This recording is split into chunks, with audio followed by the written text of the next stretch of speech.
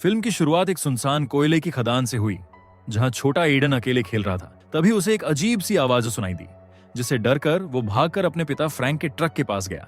उसी समय फ्रैंक खदान के अंदर अपने एक साथी के साथ मौजूद था। वे दोनों वहां एक छुपी हुई लैब में गैरकानूनी चीजें बना रहे थे। जब वे आपस में बात कर रहे थे, तभी खदान की सुरंगों से अचानक डरावनी आवाजें सुनाई देने लगीं। आवाजें सुनकर वे घबरा गए और वहां से भागने की कोशिश करने लगे, लेकिन तभी अंधेरे में से एक खतरनाक जीव उन पर टूट पड़ा। उस भयानक जीव के तेज और नुकीले पंजे थे और उसके सिर पर सींग जैसे बड़े एंटलर्स थे। उसने दोनों पर बेरहमी से हमला किया और उन्हें मार डाला। इसके बाद कहानी 3 हफ्ते आगे बढ़ गई। अब हम स्कूल टीचर जूलिया की कहानी देखने लगते हैं, जहाँ पे जूलिया स्कूल के वॉशरूम में खुद से परेशान लग रही थी। थोड़ी देर बाद वो क्लासरूम में लौट आई, जहाँ उसने बच्चों को सिखाया कि लोग कैसे कहानियों के जरिए अपने ज्ञान और संस्कृति को आगे बढ़ाते हैं। क्लास खत्म होने के बाद उनमें से एक बच्चा लूकस कुछ लड़कों द्वारा तंग किया गया। उन्होंने उसके सामने एक डरावनी शक्ल वाली पेंट की हुई गुड़िया लाकर रखी और उसे डराने की कोशिश की, लेकिन ये सब होने के बाद भी लूकस चुपचाप रहा और बिना कुछ कहे अकेले घर की तरफ निकल पड़ा। घर जाते समय लूकस को रास्ते में एक छोटा सा जानवर दिखाई दिया। तब उसने एक पत्थर उठाया, उसे मार दिया और फिर उस मरे हुए जानवर को अपने साथ घर ले गया। घर पहुंचकर वो एक दरवाजे के सामने रुका, जिसमें 2 ताले लगे थे। उसने दरवाजे के पास कान लगाकर सुना। अंदर पूरी तरह शांति थी, तो वो अंदर चला गया। दूसरी तरफ जूलिया अपने घर पर थी। तभी रेडियो में एक न्यूज चल रही थी कि सरकार कुछ पुरानी कोयला खदानें फिर से खोलने वाली है। ये खबर सुनते ही जूलिया घर के पुराने पियानो के पास गई और अपने बचपन की कड़वी यादों में खो गई। कुछ देर बाद उसका भाई पॉल, जो एक लोकल शेरिफ था, उसे मिलने आया। बातचीत के दौरान पॉल ने देखा कि जूलिया बार बार पियानो की तरफ देख रही है। उसने पूछा, क्या तुम चाहती हो कि मैं इसे यहाँ से हटा दूं? जूलिया ने मना कर दिया और फिर पॉल चला गया। उधर लुकास अपने घर में एक फैमिली फोटो को देख रहा था। फोटो देखते देखते वो अचानक गुस्से में आ गया और अपने बैग में पड़ी उस डरावनी गुड़िया का सिर काट दिया। उसी वक्त अंदर के कमरे से किसी के कदमों की आवाजें आने लगीं। उसके बाद दरवाजे पर जोर जोर से थपथपाने की आवाजें आने लगीं, जैसे कोई अंदर से बाहर निकलना चाहता है। अगले दिन स्कूल में जूलिया ने लूकस से कहा कि वो अपनी लिखी हुई कहानी क्लास को सुनाए। लूकस ने डरते हुए अपनी नोटबुक निकाली, जिसमें काले रंग की डरावनी ड्राइंग्स थीं।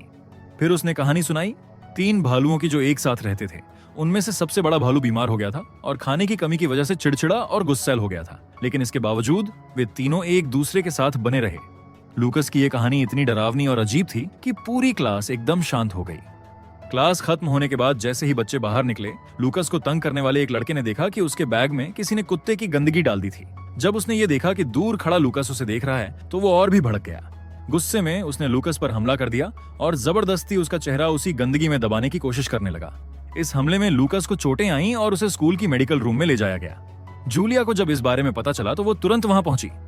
लूकस की हालत देखकर वो बहुत परेशान हो गई। उसने उसके फॉर्म से घर का नंबर निकाला और कॉल करने की कोशिश की, लेकिन कॉल किसी ने नहीं उठाया। स्कूल से निकलते समय जूलिया ने देखा कि लूकस हमेशा की तरह फिर से अकेले ही चल रहा है। उसे देखकर जूलिया को चिंता हुई और उसने तय किया कि वो चुपचाप उसका पीछा करेगी। तब उसने देखा कि लूकस एक आइसक्रीम शॉप के सामने रुका और उदासी से शीशे के पार लोगों को आइसक्रीम खाते हुए देखने लगा। तभी जूलिया उसके पास आई और उसे अंदर आने का इशारा किया।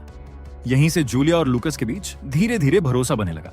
जूलिया ने बातचीत के दौरान लूकस से उसके परिवार के बारे में पूछा।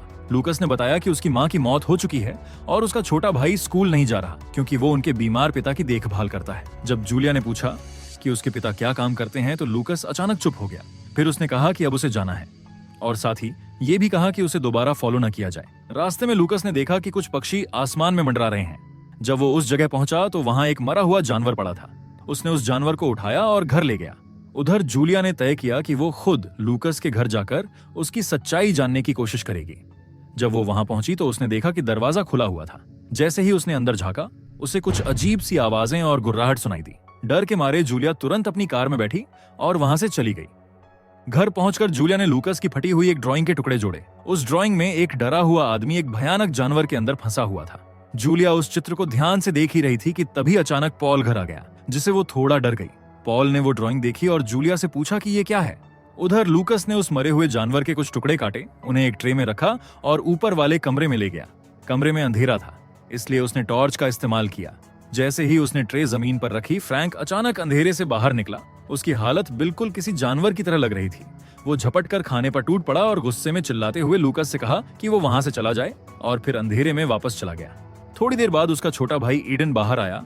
वो थोड़ा शांत था, लेकिन उतना ही गंदा और कमजोर लग रहा था। वो खाना खाने लगा, तभी फ्रैंक फिर से जोर से गुर्राया, जिससे डरकर लूकस वहां से भाग गया। उसने बाहर से दरवाजा बंद किया और ताला लगा दिया। जूलिया अपने घर में पियानो बजा रही थी, तभी उसे अपने पिता के पुराने अत्याचार याद आ गए। उसी समय अचानक पॉल घर आ गया, जिससे जूलिया होश में आ गई। फिर जूलिया ने पॉल से फ्रैंक के बारे में पूछा। पॉल ने बताया कि फ्रैंक नशे का आदी था और पहले भी कई बार मुश्किलों में फंस चुका था। इसके बाद जूलिया ने उसे लूकस की बनाई हुई डरावनी ड्राइंग दिखाई और बताया कि ये फ्रैंक के बेटे की है। फिर जूलिया ने फ्रैंक के घर पर हुए अपने अनुभव के बारे में भी पॉल को बताया। उधर लूकस बैठा ड्राइंग बना रहा था। तभी उसका छोटा भाई ईडन भूख लगने की बात कहने लगा, लेकिन लूकस चुप रहा। उसने कुछ नहीं कहा। उसने बस अपने कानों में हेडफोन लगाया और बस एक गुड़िया को गले से लगा लिया। अगली सुबह लूकस ने एक जानवर पकड़ने के लिए जाल लगाया। तभी उसे महसूस हुआ कि आसपास कोई है। थोड़ी दूर पर उसने एक शिकारी को देखा जो एक जली हुई इंसानी लाश के पास खड़ा था। ये देखकर लूकास वहां से भाग गया। दूसरी ओर स्कूल में जूलिया ने लूकस की डेस्क की तलाशी ली। उसे वहां कुछ किताबें मिलीं जो जानवरों को पकड़ने के तरीकों पर थीं और साथ ही उसकी ड्राइंग वाली नोटबुक भी मिली। जूलिया ने वो नोटबुक प्रिंसिपल एलन को दिखाई और कहा कि लूकस को मदद की जरूरत है। एलन ने जवाब दिया कि वो जल्द ही लूकस के पिता से मिलने जाएगी। बाद में जूलिया ने पॉल को एक शिकारी से बात करते देखा। शिकारी ने बताया कि एक लाश मिली है। उधर लूकस घर पर अपने भाई ईडन से बात करने गया। फिर उसने ईडन को कुछ टॉफियां दी, लेकिन टॉफी खाते ही ईडन को खांसी आने लगी और उसकी आंखों और मुंह से खून निकलने लगा। ये देखकर फ्रैंक बेचैन हो गया। तब उसके शरीर से अचानक एक अजीब सी गर्म रोशनी निकलने लगी। ये नजारा देखकर लूकस डर गया और तुरंत पीछे हट गया। उधर पॉल फ्रैंक के पुराने पार्टनर की मिली हुई लाश को फोरेंसिक लैब ले गया। जांच करने के बाद डॉक्टर ने बताया कि ये छोटे किसी जानवर की नहीं बल्कि किसी इंसान की लगती है। ये सुनकर पॉल की चिंता और बढ़ गई।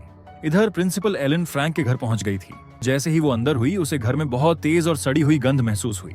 वो लगातार किसी को पुकारती रही। तभी अंदर से किसी के रोने की आवाज आई। एलन दौड़कर अंदर गई। देखा कि ईडन गंदा और खून से सना हुआ था। वो उसे उठाकर मदद करना चाहती थी, लेकिन तभी फ्रैंक ने पीछे से उस पर हमला कर दिया और एलन को जमीन पर गिरा दिया। एलन भागने की कोशिश कर रही थी, लेकिन फ्रैंक ने उसे पकड़ लिया और उसे धीरे धीरे खा गया। इसके बाद फ्रैंक के शरीर में अजीब बदलाव होने लगे। उसके मुंह से सींग जैसी चीजें निकलने लगीं और उसका चेहरा फटने लगा। इधर पुलिस एक खदान के पास जांच के लिए पहुंची। वहां उन्हें कई ड्रग्स की थैलियां लटकी हुई मिली और कुछ सींग भी मिले जो हिरन जैसे थे, लेकिन शिकारी ने कहा कि उसने ऐसे सींग पहले कभी नहीं देखे। तभी पॉल को एक लापता इंसान की खबर मिली और वो बाकी पुलिस वालों के साथ वहां से चला गया। दूसरी ओर लूकस रेलवे ट्रैक के किनारे घर की तरफ जा रहा था। रास्ते में स्कूल का एक गुंडा उसे रोककर झगड़ा करने लगा। लूकस उसे बचने की कोशिश कर ही रहा था कि अचानक एक सींगों वाला खतरनाक राक्षस वहां आया और उस गुंडे पर हमला कर दिया। ये देखकर लूकस वहां से भाग गया और सीधे घर पहुंचा। घर पहुंचते ही उसे एलन की कार दिखाई दी। जब वो अंदर गया तो देखा कि फर्श पर खून के निशान हैं, जो एक टूटी खिड़की की ओर जा रहे थे। ये देखकर लूकस घबरा गया। फिर वो बाहर आया, एलन की कार को कपड़े से ढका और फर्श से खून साफ करने लगा। इधर पॉल ने जूलिया से एलन के बारे में पूछा। जूलिया ने बताया कि उसने एलन को एक दिन पहले देखा था। पॉल ने बताया कि एलन के पति ने उसकी गुमशुदगी की रिपोर्ट लिखवाई है। तब जूलिया को याद आया कि उसने एलन से फ्रैंक और लूकस के बारे में बात करने को कहा था। पॉल और एक और पुलिस वाला फ्रैंक के घर पहुंचे। उन्होंने दरवाजा खटखटाया, लेकिन अंदर से कोई जवाब नहीं मिला। थोड़ी देर इंतजार करने के बाद उन्होंने तय किया कि अभी लौट जाते हैं और बाद में फिर से आकर जांच करेंगे। स्कूल में पॉल ने एक टीचर से बात की, जिसने बताया कि उनका एक स्टूडेंट भी लापता है। पॉल ने कहा शायद ये बस इत्तेफाक हो, लेकिन जूलिया को ये बात पसंद नहीं आई और वो गुस्से में वहां से निकल गई। तभी उसने लूकस को देखा, जो बहुत डरा हुआ लग रहा था। जूलिया को कुछ शक हुआ और वो फ्रैंक के घर वापस गई। वहां उसने देखा कि एलन की कार कपड़े से ढकी हुई थी। उसने तुरंत पुलिस को इसकी जानकारी दी। पुलिस जब फ्रैंक के घर की जांच करने पहुंची तो उन्हें एटिक में एलन की लाश मिली। वहीं एक और जली हुई लाश मिली जो किसी ककून जैसी हालत में थी, जैसे अंदर से जल चुकी हो।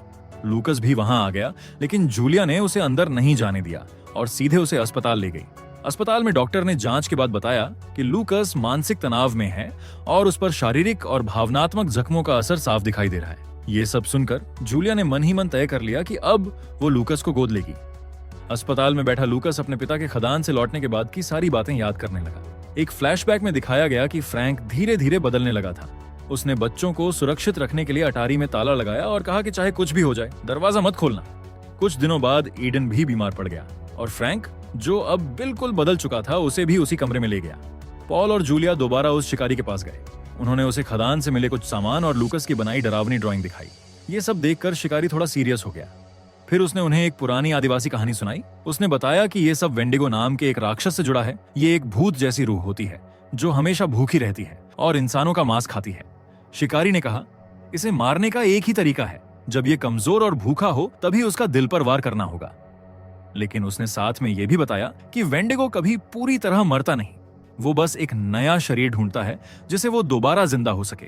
तभी पॉल को खबर मिली कि रेलवे ट्रैक पर एक लाश मिली है।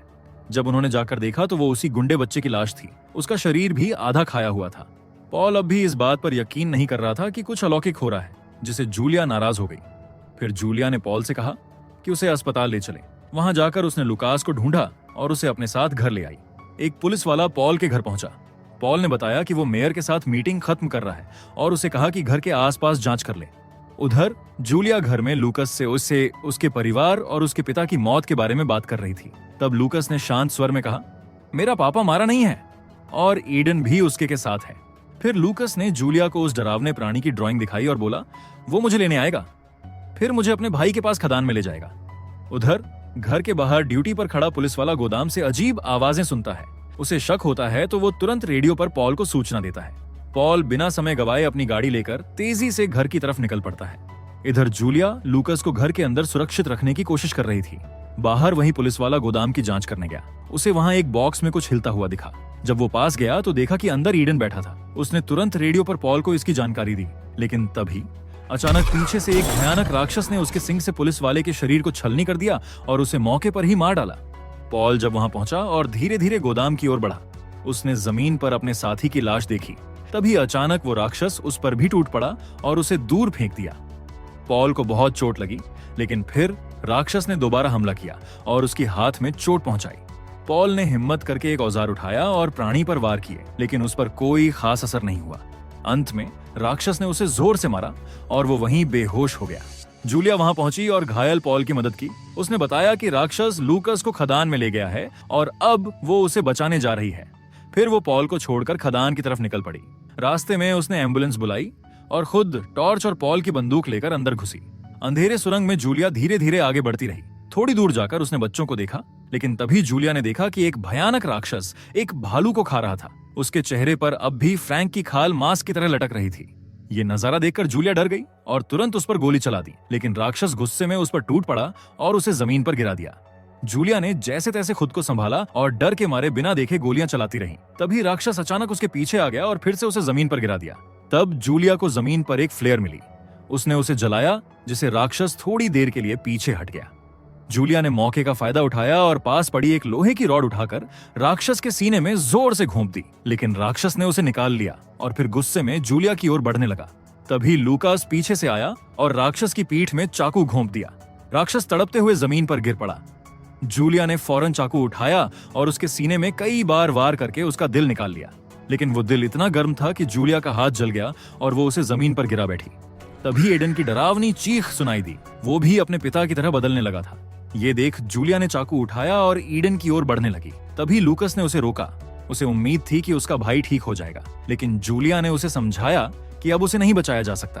फिर उसने एडन को गले लगाया और एडन के दिल में चाकू घोंपकर उसका दर्द खत्म कर दिया। अगले दिन झील के पास जूलिया और पॉल बैठकर लूकस के बारे में बात कर रहे थे। जूलिया ने कहा कि वो कुछ समय लूकस के साथ रहेगी। पॉल ने कहा, मैं जानता हूँ वो लड़का भविष्य में क्या बनेगा। क्या तुम किसी ऐसे को मार पाओगी जिसे तुम प्यार करती हो? जूलिया ने कुछ नहीं कहा, बस लूकस को उठाया और वहां से चल पड़ी। जैसे ही वे दूर गए, पॉल को खांसी आने लगी और तभी साफ हो गया कि वो भी अब वेंडिगो के श्राप से संक्रमित हो चुका है। और इसी के साथ ये मूवी यही खत्म होती है। अगर आपको ये एक्सप्लेनेशन अच्छा लगा हो तो वीडियो को लाइक करें और कमेंट जरूर करें। ऐसी ही और मजेदार और अनोखी कहानियों के लिए चैनल को सब्सक्राइब करना ना भूलें।